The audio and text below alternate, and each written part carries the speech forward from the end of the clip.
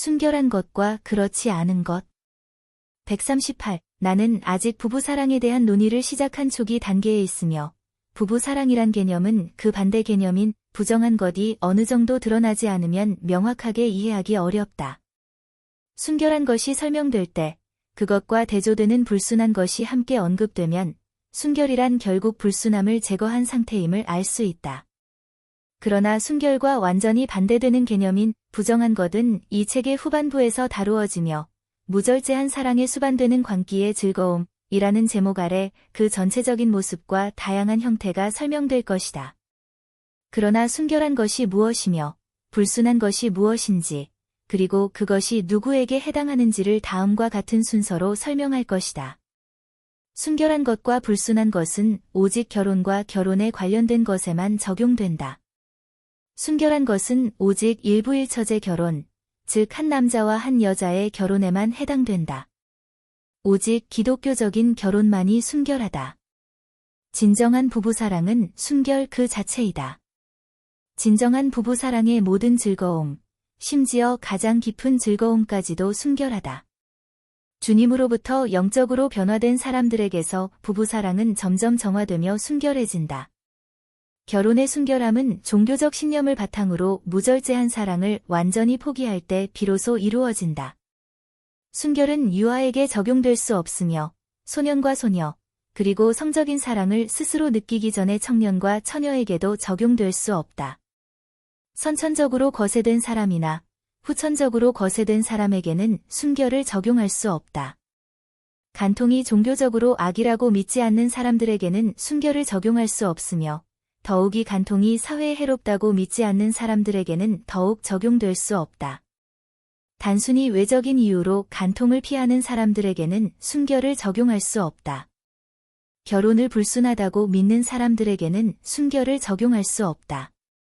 결혼을 포기하고 영구적인 독신 생활을 서약한 사람들에게도 진정한 부부사랑의 삶에 대한 애정이 남아있지 않는 한 순결을 적용할 수 없다. 결혼 생활은 독신 생활보다 우선되어야 한다. 이제 위의 주장들에 대한 설명을 이어가겠다. 139. 1. 순결한 것과 불순한 것이 결혼과 결혼에 관련된 것에만 적용된다는 것은 진정한 부부사랑이 순결 그 자체이기 때문이다. 반면 이에 반대되는 개념인 무절제한 사랑은 불순 그 자체이다. 따라서 전자가 후자로부터 정화될수록 순결해지며 그 반대되는 파괴적인 요소가 제거될수록 더욱 그러하다.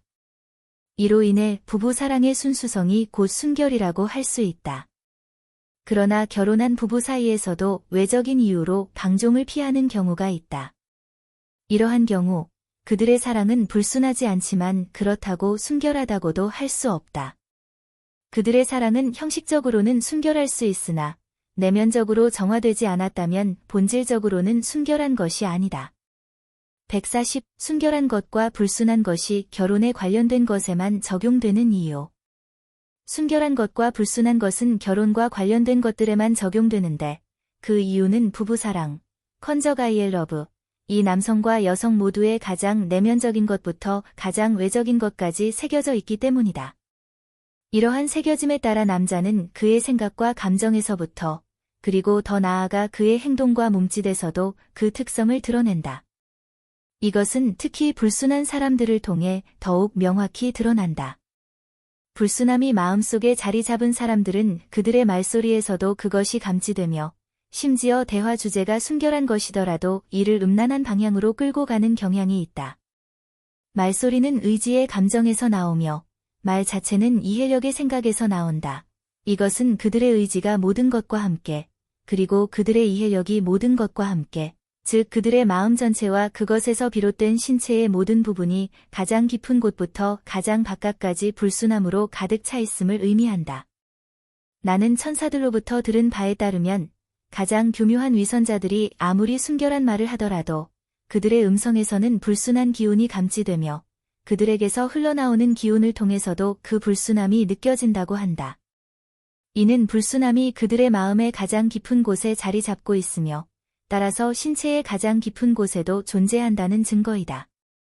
그리고 그들은 이를 외적으로 감추기 위해 다양한 색으로 칠해진 껍질 같은 것으로 자신을 가린다.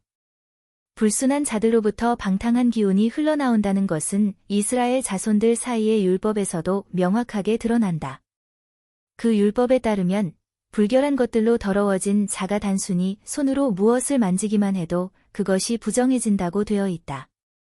이러한 사실로부터 순결한 사람들에게도 동일한 원리가 적용된다고 결론 지을 수 있다. 즉, 그들에게는 가장 내면적인 것부터 가장 외적인 것까지 모든 것이 순결하며, 이는 부부사랑의 순결함이 그것을 그렇게 만들기 때문이다. 따라서 세상에서 흔히 하는 말, 순수한 자에게는 모든 것이 순수하고, 불순한 자에게는 모든 것이 불순하다, 라는 말이 진리임을 알 수 있다. 141. 2. 순결한 결혼이란 한 남자와 한 여자의 일부일처제 결혼만을 의미한다. 순결한 결혼이 일부일처제 결혼에만 적용되는 이유는 그러한 결혼에서 부부사랑이 단순히 자연적인 차원에 머무르는 것이 아니라 영적인 차원까지 스며들어 가기 때문이다. 이 사랑은 점진적으로 그 기원이 되는 선과 진리의 영적 결혼으로 나아가며 그것과 결합된다. 부부사랑은 지혜의 성장이 이루어지는 만큼 깊어지며 이 지혜는 주님에 의해 교회가 사람 안에 심어지는 정도에 따라 증가한다. 이러한 과정은 앞서 여러 차례 설명되었다. 하지만 일부다처제를 택하는 자들에게는 이러한 일이 불가능하다. 왜냐하면 그들은 부부사랑을 나누어 버리기 때문에 그 사랑은 성적인 사랑과 다를 바 없는 단순한 자연적 사랑이 되어버리기 때문이다.